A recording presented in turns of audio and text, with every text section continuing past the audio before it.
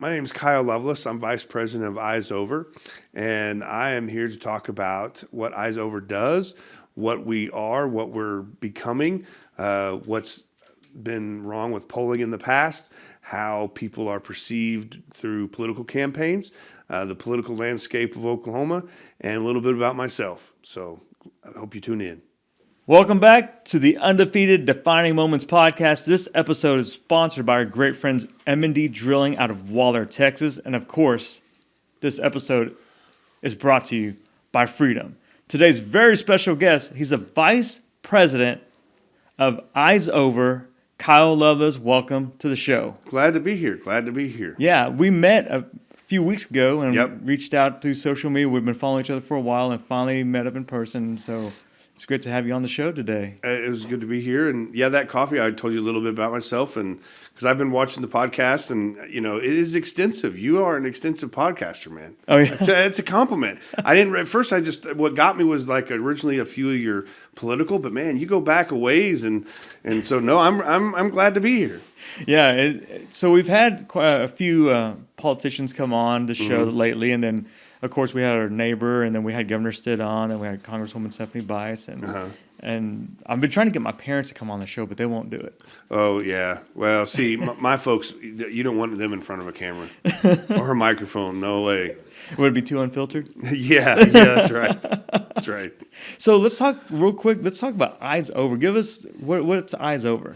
So to define Eyes Over, you almost have to take a step back a little bit. And a lot of times when you get into political campaigns, people want to talk about polling. Who's doing well, who's doing whatever. Well, what Eyes Over does is basically turn polling on its head. Okay. And so polling is a snapshot in time, as we've been told this before, where it's like in a race, it takes a picture, and this person's in first, this person's in second, this person's in third. What Eyes Over does is give you the why, and it also gives you who has momentum. And so it has basically what we describe it as, it's the next generation of polling, because polling by itself has flaws in it. Because if you look at polling going back to Dewey versus Truman, back then it was done on magazine subscription. They only polled people that had the certain type of magazine subscriptions. Then it went door to door. Then it used, the rotary phone. Then it used cell phones. Then now it uses text messaging. Each time they have to keep changing the technology to get a hold of the certain type of voter. Well, what we're learning is as demographics change, as technology changes over time, more and more people are explaining and venting and giving their opinions online, whether it be Facebook, whether it be Instagram, whether it be YouTube comments, whether it be their own Substack. People are doing their own comments online. So what Eyes Over does is basically harness that, take that information, and whether it's a client, a corporation, a candidate, or a cause. We even recently signed an NBA team. And what makes me mad is it's not the Thunder. I can't say who it is, but it makes me mad. But an NBA team, they want to know how their public perception in their market area of how their team is doing, how their coaches are doing, this, that, and the other. And so we're able to provide to them a weekly report of how you are perceived in the area. And so anybody that wants to know about specific issues or themselves or a specific race, political race, that they would hire us, and we would give them weekly reports, daily reports, and we have clients everything from the White House Communications Office to private industry companies. Wow, you said White House Communications Office. Are we talking about President Trump's administration? So you have We have they're one of our clients that what we do is every day the communications office we send them a daily report. And so we're able to let the White House know how they're being perceived, because it's like literally hundreds of thousands of daily information of things, people that are talking about President Trump or somebody in his administration or a tax policy or something that's going on. Wow. So who's the connection in that? How did you guys get that? Well, that takes us a step back even further on the kind of the history of the company. Okay. So Chris Wilson became the CEO about a year ago, but before him, Brad Parscale was the CEO for a couple of years, and he was Trump's original 2016 head of data and analytics. So he was and he's told me this story himself. He was the gentleman who on election night told him, he was the first person to tell him, "Congratulations, Mr. President-elect." Wow. So Brad Parscale was the gentleman behind that. Later on, he became Trump's campaign manager. But then after that, developed his own company. And while he was doing that, him and Chris got to know each other.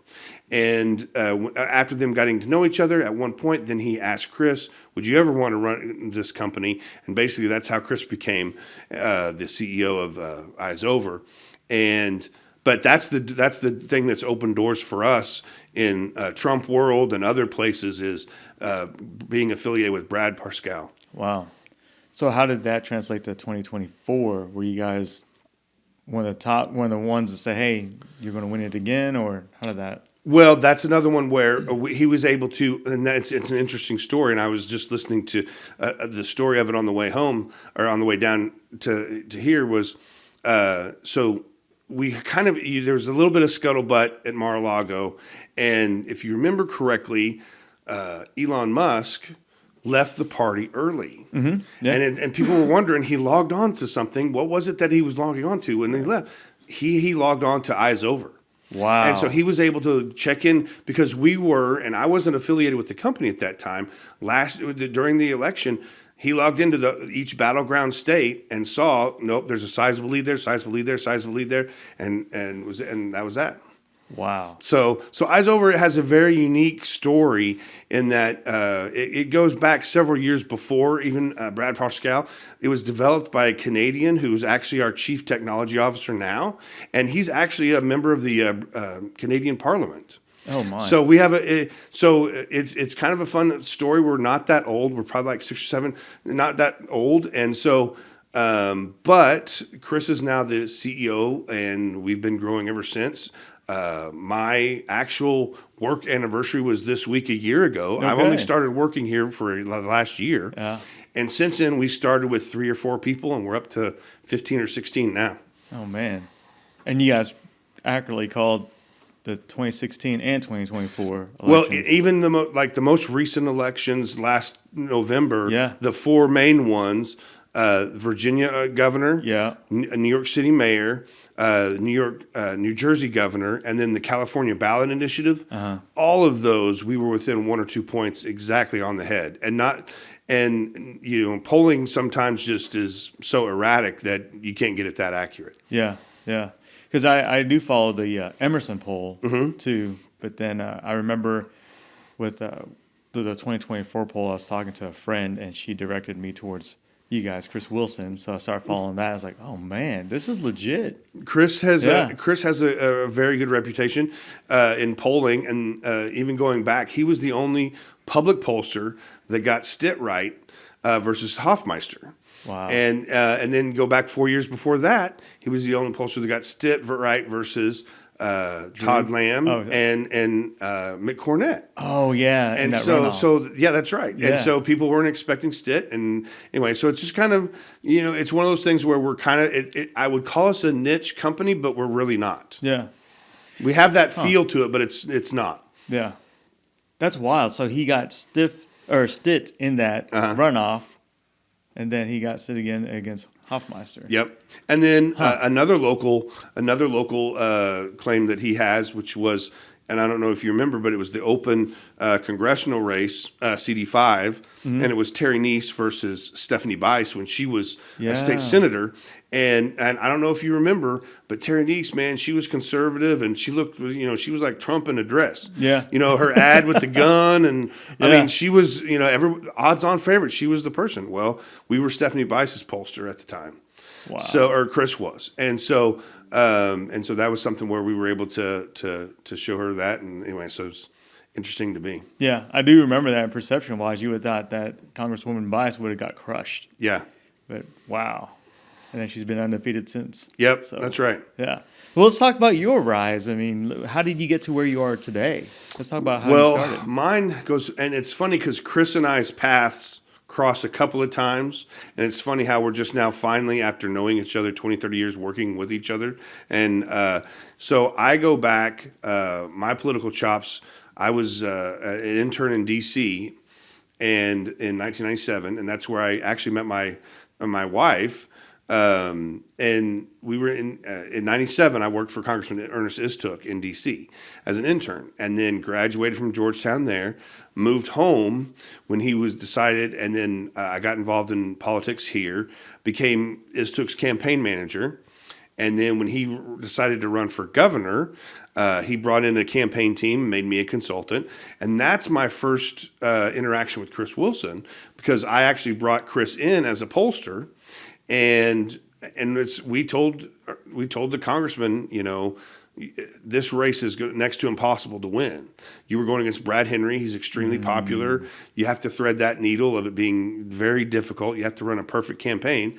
And sure enough, that was, the last time a statewide gubernatorial candidate's lost by, 13, 15 points or something. It was pretty bad. Yeah. But anyway, going on from after that, later on I ran a couple other campaigns professionally, and then and sometimes Chris and I ran against each other, our candidates. Sometimes we ran on the same side. And then I ran for office a few years back. I was state senator for a few years.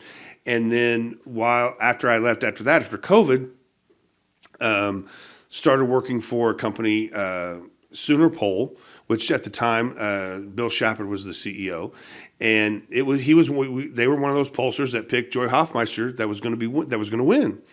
And after that election cycle, and he told me, hey, look, we lost this poll because it didn't do so well, but I can't afford you anymore, so I have to let you go.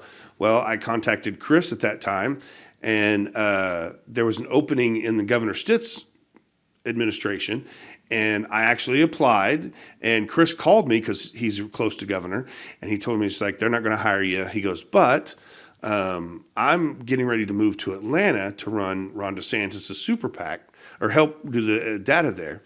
Would you mind help joining my Oklahoma City office? I don't have anybody there from Oklahoma. And so he said all the people that are there have moved from different places in the country. So that was at his previous company, WPA. And I stayed there, and I started there, worked there for 2 years. And then December of last year, or January of last year, February of last year, was when Chris got moved over to Eyes-Over. And so I've now worked with Chris now for about 4 years now. Wow. So it's just kind of been a wild ride. So Yeah. Yeah. When you said WPA, that was Chris had a company, and it was several different variations of what it was called, but the last one was WPA. Yeah. So yeah. That's right. That's the one that she told me to follow. Yeah. So it's interesting, the Sooner poll, as you mentioned that. I remember looking at that poll, and it had Ms. Hoffmeister by almost a landslide. I was like, there's no stinking way. I was like, I'm calling fake poll. But Well, and see, here's the problem. A lot of times with polling, the question isn't a matter of that the pollster wanted a certain outcome, but what happens is they don't ask the correct people the right questions.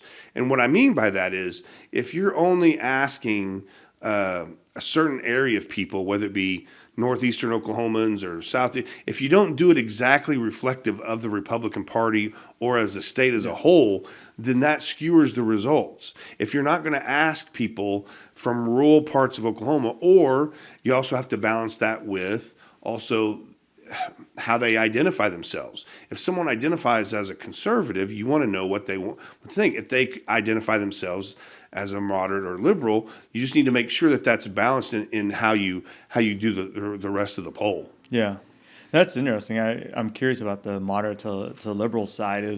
I feel like there's the left, and then there's extreme left, and I feel like even the moderates have to kind of tinker with the extreme left to get votes. And I was like, man, can you not just stay within your lane and say, hey, I don't really believe in this, but I have to kind of say I have to believe in it so I can get your vote. Right. Kind of wild. Yeah. No, and that's and when you're when you're sampling statewide, Yeah. you and even at congressional level, you have to make sure that that's done appropriately and balanced correctly. Because if it's not, like if you oversample people in Oklahoma City, they're going to have a better perception of, in a Republican primary, of David Holt versus Donald Trump, or you know what I'm saying. And so, and in rural areas, not so much. Right. And so you have to make sure all that is taken into account. Yeah. I don't know if you can even talk about some of the races that you guys are watching over. Are there any ones that you can mention publicly? Well, most of ours we can't, but Okay. but we're involved in a lot of races, Yeah. whether it be everything from congressional races out in like California, the redistricting set two Republicans against each other, and in certain areas, we have statewide candidates that in Texas and everything from we also in Maine and just about every state we have something going on. Yeah. Okay.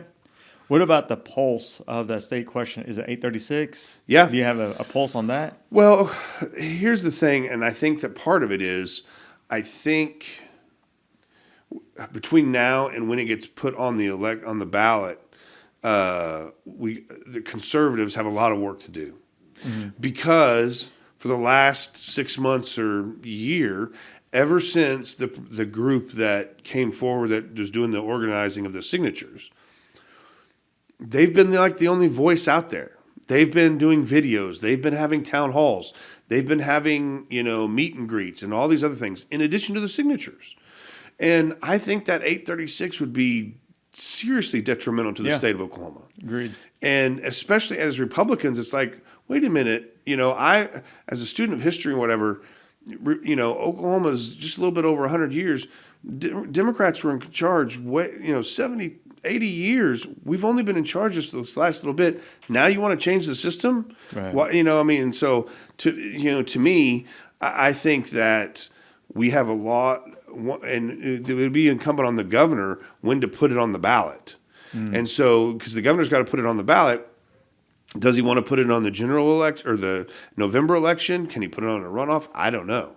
But I do know that once it's determined of when it's going to be on the ballot, we've got a work cut out of how to beat it, because it sounds good. People think that, everybody to vote in every primary. Well, that's fine and dandy, but the problem is it basically, on the left and the right, dilutes it. Yeah. So it makes it to where people that are moderate and liberal can determine who a Republican Party nominee is. Well, that's not the way it's meant to be. Right. Yeah. And so no, I've never been a fan of 836, and I've told AJ Griffin, I've told Mayor Holt, I've told just about everybody that's the only two main Republicans that have been prominent on it. I'm like, hey, we're still friends and all, but y'all are wrong. Yeah. I think it's and honestly, I think those people, the people that are supporting it, want a more moderate candidate coming out of the Republican primary. I don't think they want conservatives coming out of Republican primary. It almost sounds like that's how they can only win if they ever became on the ballot anyways. But that's the way I'll think about it. Well, I think they're just tired of losing. Yeah. I don't know if it's the only way, because I think that, there's plenty of different, calculus of different options and stuff. Sure. But it is something that it does seem like that's their stated goal.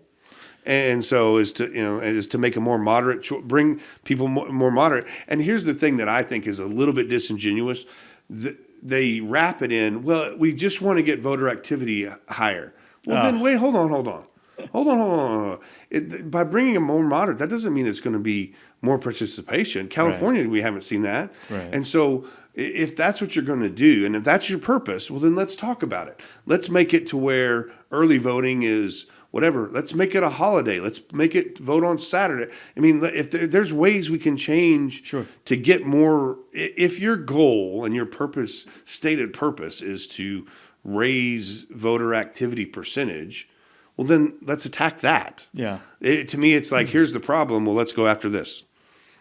Yeah, it's almost like we can't beat you, so we're going to change the rules so we can beat you, Right. or at least get closer. No, I agree. I completely so agree. wild. And the thing of it is, and I love the example of if when Stitt's first run, when it was him versus Lamb versus Cornette, and it was Connie Johnson and Drew Edmondson, the November ballot would have been Connie Johnson and Drew Edmondson. Well, just think about that for a second. And I know that people are like, well, that wouldn't have happened because no, that's exactly what would have happened.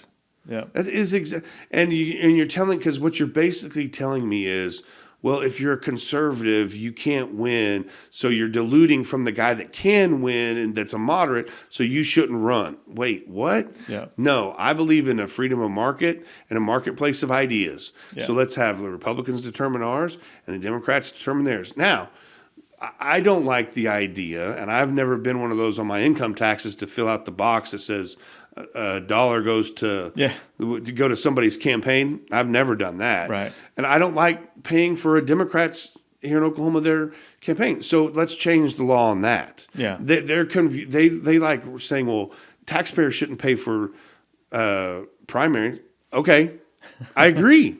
Well, then let's change the law. Yeah. It's not that difficult. The Republicans are in control and Democrats are in control. Let's change the law. Texas, I mean, if we can, they do it, we can do it. Yeah. So we pay for our own primaries. Yeah. Now, that makes the party more responsible, and we have to figure out a way to do it and how much it would cost and blah, blah, blah. Okay, well, then let's do it. Yeah. But yeah, to me, it's like it's wolves in sheep clothing, where they're trying to hear the reasons they're giving us. People not paying for the primary, and then whatever. Those are just they're distractions from the real reason, which is they can't win. Yeah, yeah. There are excuses on. Oh well, we can increase voter turnout, and that's just an excuse. Yeah, yeah.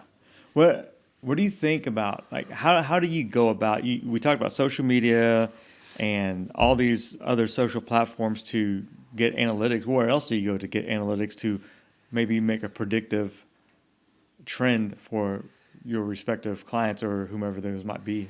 Well, so we have what we call is a three-lens approach. Okay. And the way that it works is Eyes Over is basically the one that handles like the emotion and the social media aspect of it. The other one is the traditional polling, the legacy polling, whatever, which we still do. And then the third one is predictive analytics. And what sometimes people don't understand is that piece there is basically what 30 years ago as a campaign person, as I've been involved in whatever, that's kind of what we used to do is for like get out the vote and what they used to call micro targeting and things, is where instead of a survey where you're asking 300, 400, 500 people, on this one you're asking 2,000 or 3,000 people, and you're asking them in smaller questions. And then you're taking that data and extrapolating it out to people that match that demographic. I got you. So that 2,000 or 3,000 can be expanded to like 200,000 or 300,000 people. Oh wow! And then you match it, and then you give the pathway of okay, here's people that are persuadable. Here's 230,000 people that if, let's just use the governor's race, McCall's campaign, if you want to get them, these people are persuadable. Here's people that are dead weight. You don't want to mess with them because they're not going to get out to vote. Here's people that if you get them the wrong information or the certain information, they won't support someone. And so it breaks it out to that way. And that can be done. We've had a national association. I can't say who, but a national association out of DC hires. We do a analytics project. They wanted to know how their membership, and their membership is like 300,000 or 400,000 of their professional people all across of their occupation. And we basically contacted all of them, and we got like 3,000 or 4,000 responses through our system. And what we basically then do is extrapolate that out using AI and different measures of how this is how your membership wants this position or doesn't like this position or likes this candidate or doesn't like this candidate, and then that way the people that run that association can then take that and be like, this is what our body thinks. Oh man, so that gets pretty in depth. Well, it's something that part of it. I'm 52, and 10 years ago, this stuff when it was being pioneered primarily when Obama first came into office. Then on our side, Ted Cruz utilized a lot of it. And well, who was Ted Cruz's data guy? Well, Chris Wilson, and Yeah. we have a long history of being on that. There are consultants in this state that say what we do is voodoo, and it doesn't apply here. And okay, that's fine, and I'll take that arrow. There's nothing I can't convince them. We just have to beat them at the end of the election cycle. Yeah. And that's just kind of how we frame it. Yeah. It seems like the election cycle never ends because it's 2 years, then it's 2 years, Agreed. then it's 2 years. Because Well, like last year, it was like, well, we're kind of cruising along, and then once December hit, it was like, oh, it's we're here, and so Yeah. yeah. So I'm really just curious on going back to the analytics and all that. It takes a lot of energy, and so they have these data warehouses they want to build across the United States of America because we want to be the leader of Right. AI and all that. What are your thoughts on data centers here in Oklahoma? Well, I think it's one of those issues that the governor's candidates are having to answer because a lot of the rural communities are starting to fight back. And the problem is, like, I actually a friend of mine was wanting to. There's a data center downtown that was built along the Chesapeake Energy campus, and they were trying to get OG&E. OG&E already, when they built the facility, OG&E built them maximum capacity, but since the previous tenant had left, and the friend of mine that had bought it just rebought it, they lined up several clients, Google and this, that, and the other, but OG&E wouldn't ramp back up again. They're like, well, we don't want to give you that much energy. The guy's just like, well, wait a minute. It's built for that. Yeah. And he's just like, it's not as if I'm not going to pay. We are going to pay for it.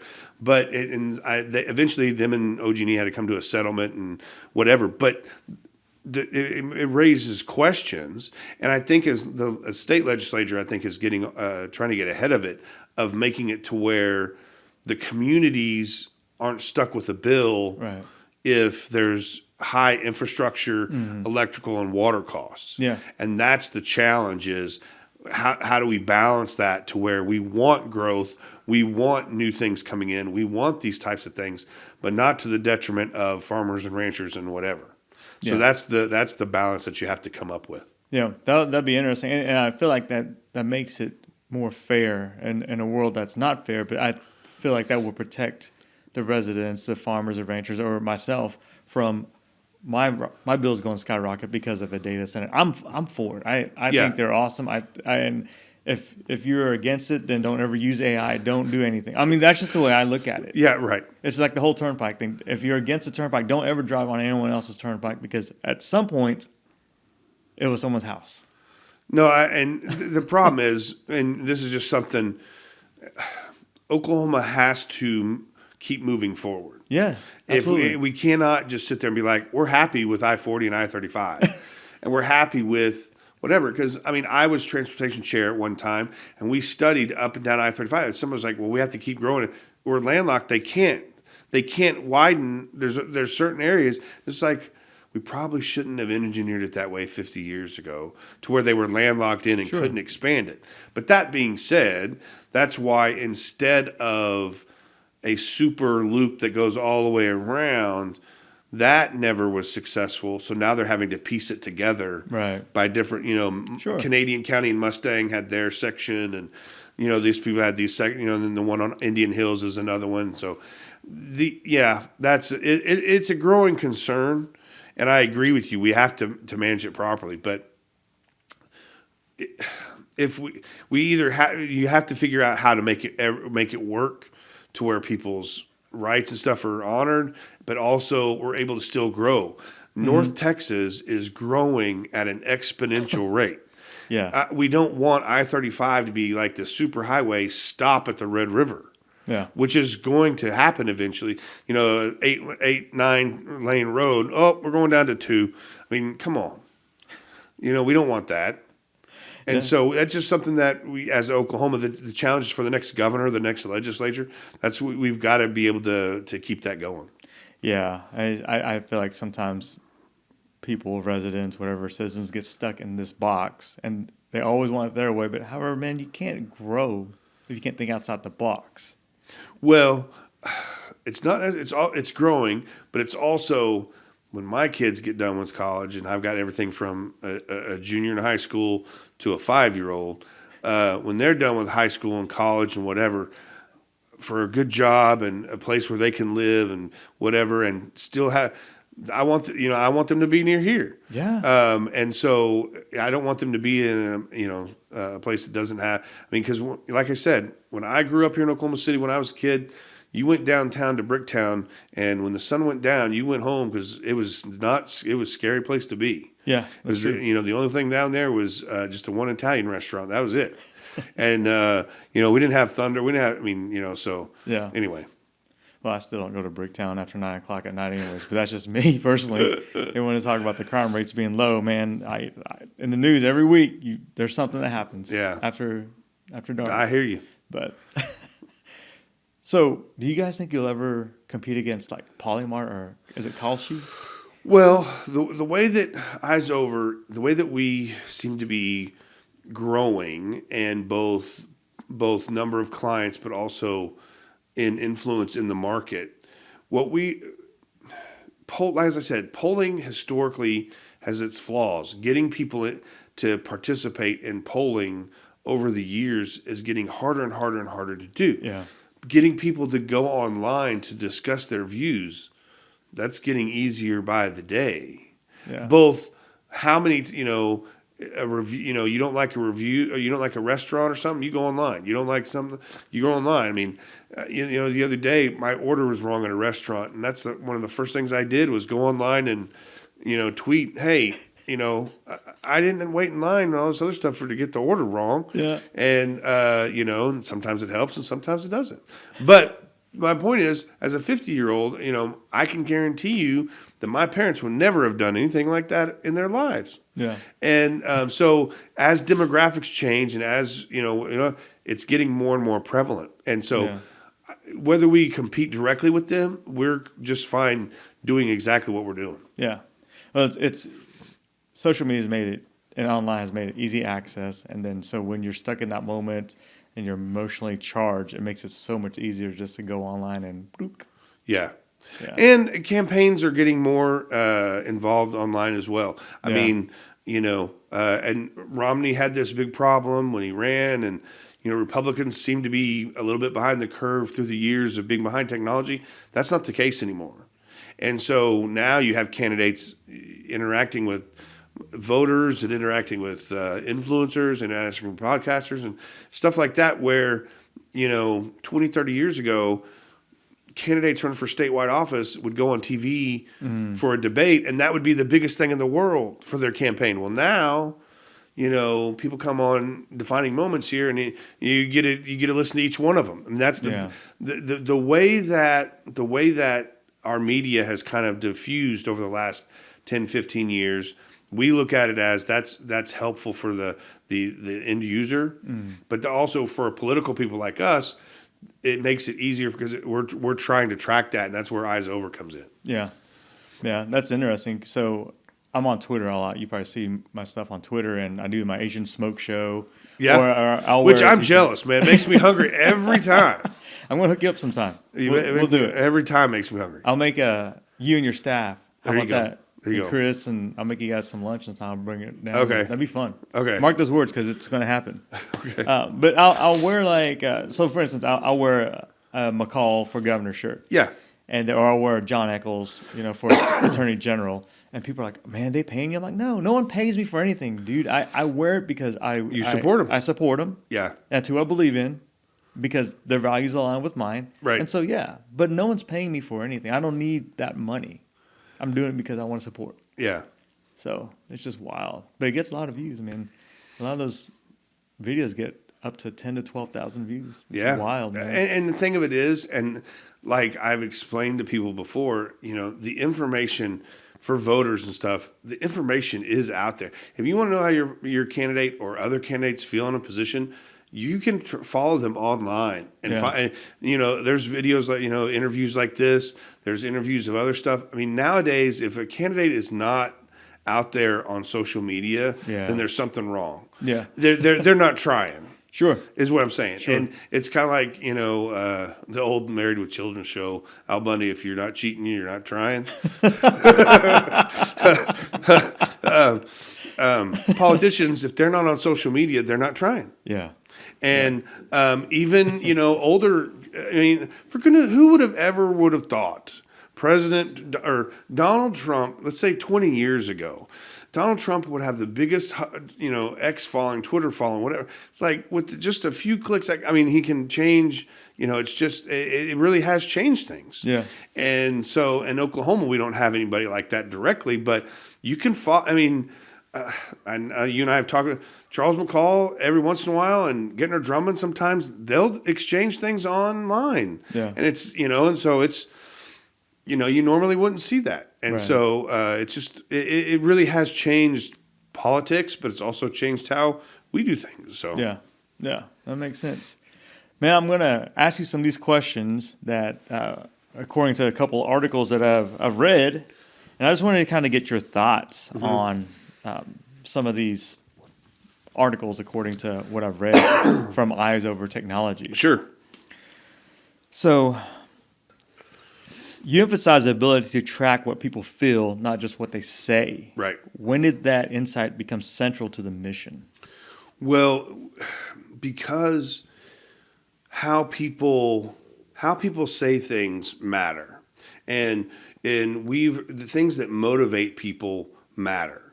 And so if someone is operating out of an extreme, love of a candidate, love of a cause, love of a product or whatever, that makes a difference in how they post things. And we're able to track that. And the AI is able to pick up over time the emotional aspect of it. Yeah. And so when they change, when there's an emotional change or whatever, we're able to get, this, the vast majority of people are starting to feel this way versus this way. So it makes a difference in how candidates approach issues and how they approach people, and it makes a difference. So that would track if you're doing a candidate has a commercial and if doesn't really, I guess, fall in their favor, you're able to let the candidate know, say, hey, these commercial or this one. Traditional polling used to be able, and still does, you're able to ask people certain things. Like, Okay. what do you think about this issue? Or what do you think about this issue? Or did you see this commercial? Or did you not see this commercial? And it's it's kind of like a block, if you're hitting things trying to fit into the blocks. Whereas with Eyes Over, it's more fluid in the sense of we're able to track it in real time, and given the emotional side of it, we're able to see, we have a barometer of, okay, this has gone from real live, real positive feedback, real things, to, this person said something terrible. It goes over into the orange or the red. We're able to notice right away in real time within hours of it happening. And so normally in traditional polling, you would have to field get that same information, whatever, then process, then do the data analysis on it. It could take days, whereas we knew it right away. Yeah, that's amazing, man. We're trying to do it for this year's State of the State or State of the Union. Because we did it last year for President Trump's State of the Union, and we because Chris literally and I were brand new, we're still trying to work our way through it. I think we have a better handle of it this year. We'll be able to have some real nice insight. So if people want to find us online, Eyes Over US on X or whatever is probably the easiest, quickest way. But you can try during the President's State of the Union next week. We'll probably be able to do that. So you can track live on the feelings of Americans or whoever's watching it. Yep. Dang, you can feel the pulse. Yep. That's what you're saying. Yeah. That's amazing. So Eyes Over analyzes more than 1 billion data points across 70 plus languages. What kind of infrastructure and AI modeling makes this possible? Well, that's a good question that our engineers and stuff, it is something that we've been able to do, and that is something that we weren't able to do at such a easy and quick way before. And it was like just the processing power before doing the same set of data analytics would take hours, if not days. Now it's almost instantaneous. So it's just interesting how that has happened over the course of the last couple years, Yeah. basically. And it's getting quicker every couple of months. Wow.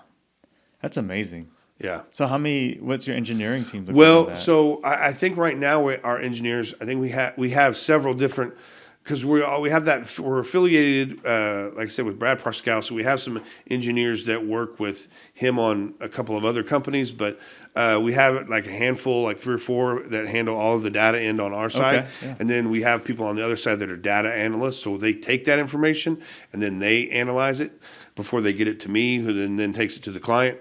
So. Yeah, that's awesome. This is the one I've been waiting to ask you. AI-driven analysis is a big theme in your materials. What types of emotion or contextual patterns can AI detect that humans typically miss? Well, I don't know that it hits anything missed, but I will say that it catches it quicker, and it makes it to where it's almost to the point where traditional polling would miss on it completely or be on it delayed. Yeah. And an example that we give is, do you remember when, and this was early last year when the president had just gotten into office and the aircraft ran into a helicopter. Yeah. And somebody reporter asked him about it, and he just flippantly said, "Oh, it was DEI higher and whatever." Yeah. So since we were doing the daily reports for the White House Communications Office, we sent it to him, and that day he had a huge drop. Well, what we did, we got a call from the staffer. It was like, "Hey, why?" And we were able to determine, most people have a inherent trust and inherent in the FAA system, and so they had a guttural reaction to the DEI claim of that specific instance. So we were able to get that to the White House, and then they never brought it up again. Traditional tracking poll missed that completely. Would have never have gotten it until later or days later if he would have kept saying it. So that's one of those things where we were able to get it to the decision makers and stuff. Hey, you know what? Probably not going to say that. Might want to stay away from that or whatever. Yeah. And so that's something where we were. That it wasn't necessarily missed. That humans would have missed it. It would have taken longer. Yeah. And once that was already set in, it would have been much more difficult. Yep. And much to backtrack, and any politician getting them to backtrack on anything is just Mount Everest type of stuff. Yeah. As a former politician, I can tell you. But anyway, so yeah, that's something where we're able to be more flexible. We're able to be and then more responsive, and so that way it doesn't get it that it misses it. It's just that we're able to get it quicker. Yeah.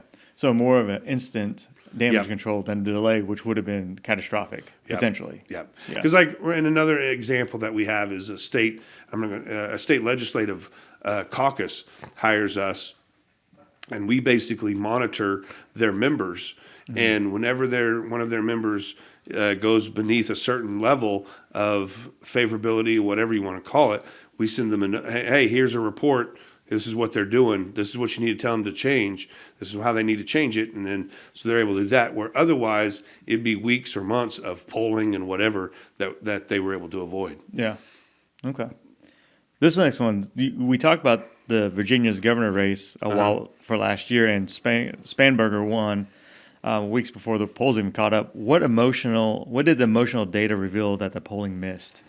Well, that one was one where, if I remember correctly, that one versus the New Jersey, but that one was done specifically on competence was more inherent in people, and it resonated in the last week of the election, and the Republican was literally outspent 5-1. So that was the difference between her and Youngkin. Youngkin had the resources and the team and that stuff to meet his challenge that he had during his stretch. That she did not, and so it came across whenever she was barely trying to. It made her look weak, and it made her look like she was not conveying the message correctly, because she wasn't able. And people don't like it that money's in politics, and that's true, but that's how you get your message out. Sure. Yeah. And so when she runs out of money or she doesn't have the resources, then the other side was able to harness the emotion of they seem to have their stuff together. and they had all the resources and all cylinders flowing, and our side was just kind of sputtering. Yeah. Okay. That's fair. I watched that debate online, and I thought Winsome Sears crushed it, and I was surprised that she lost by the amount she lost by. Yeah. I really thought I thought she was gonna pull the upset, but obviously I should have been tracking that with you guys. So. Oh man, how can corporations apply the same emotional tracking used in elections to brand, health, crisis comms, and or product strategy? Well, I'll tell you. So when I was hired and I was trained on the system, when clients are brought in, we usually have a planning session after we decide, and in that we show them when they log in and whatever, they're able to see their dashboards that they have available to them, and on it shows all the widgets and bells and whistles. And I was being trained, and I was just like, well, our clients' numbers is going way down here, and it's in the red. What is going on? And the guy that was trained was like, I've never seen it do that. Hang on just a second. And it was a corporate client, and he made a few calls, and sure enough, that company, their customer service line and their call center was overseas and had a fire, and they didn't tell the other corporate officers. So anybody calling that corporate customer service line did not get anybody for 48 hours. Wow. So for 2 days, they had no customer service help. Well, your numbers are going to go down. And so this corporation, and I'm not saying that I found it, but they had no idea until we caught it. And because they were normally we were sending them like weekly reports. Yeah. And so this was in the middle of the week, and we were able to catch it for them. And it was just like, hey, you're something's going on here. We don't know what it is. But then once we were able to just dive into it, and we started asking our AI on the end of it, well, why? And then it was just like there's this guy that was tweeting on there of how long he'd been waiting on customers. It's like, oh, that's what it is. And so on corporations, there's things like that. Yeah. Corporations that are sensitive to public perception and public feelings and stuff, that we would be able to help them harness it. Okay. And so whether it be good or bad, we've had a company that wants to be the patriotic company in their field, and they have another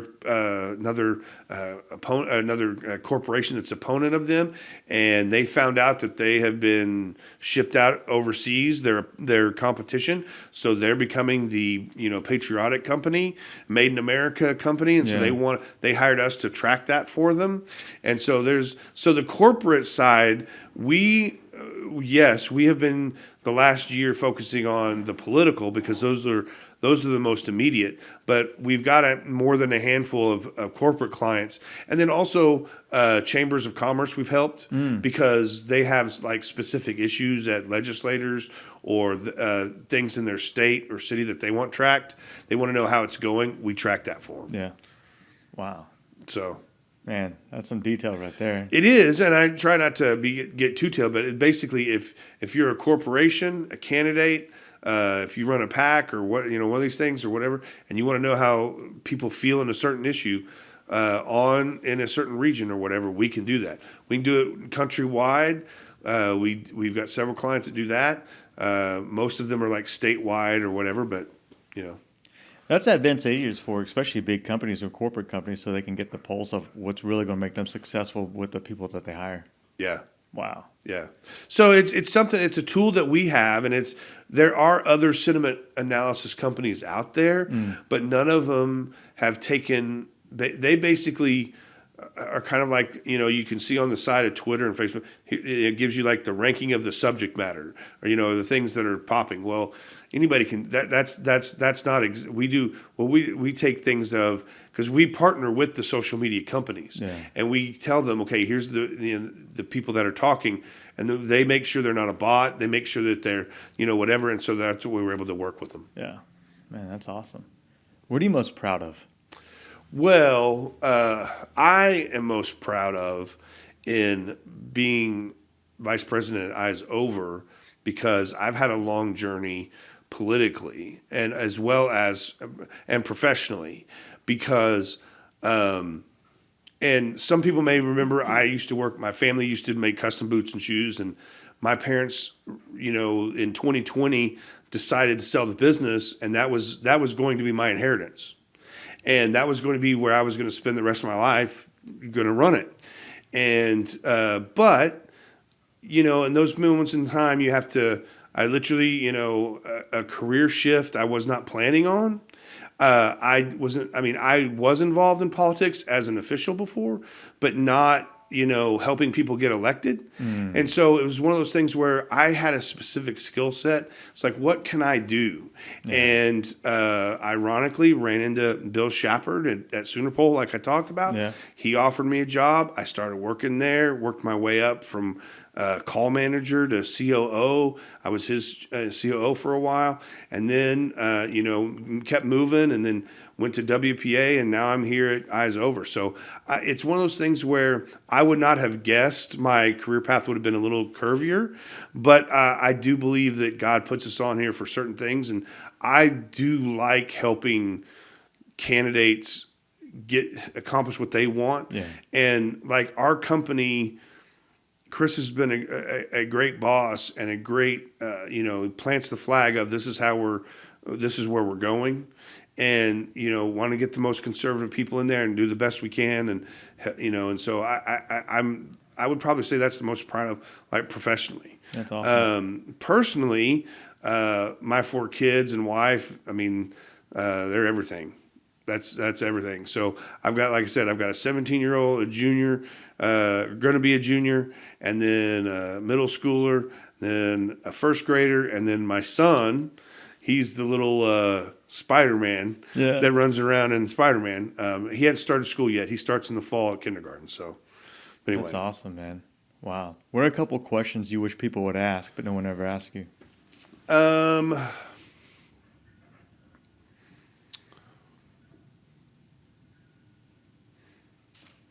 I would say why is it that Eyes Over seems to be consistently accurate versus polling?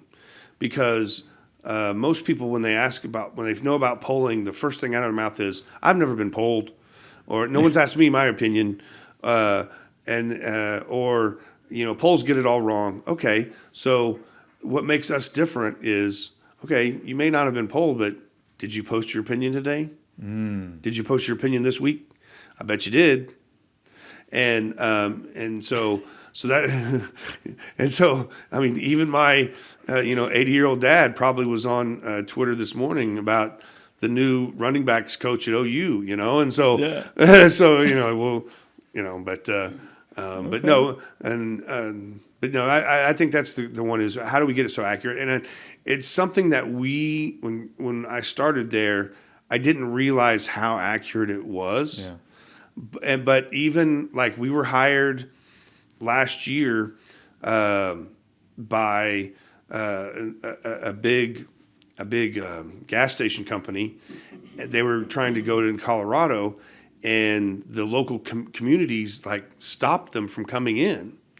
And we were hired to figure out why. And it's just like, well, these folks just really do not want any progress. We talked about this. Yeah. They didn't want any new developments. They didn't want any new things coming in their area. So that was something that we were able to help them with. Wow. That's fascinating. So the team that Chris has assembled is really top notch, and it's people that, and we have, like I said, we have people in New York City, we have people in DC area, and then we have people here in Oklahoma. Yeah, man. How do you want to be remembered?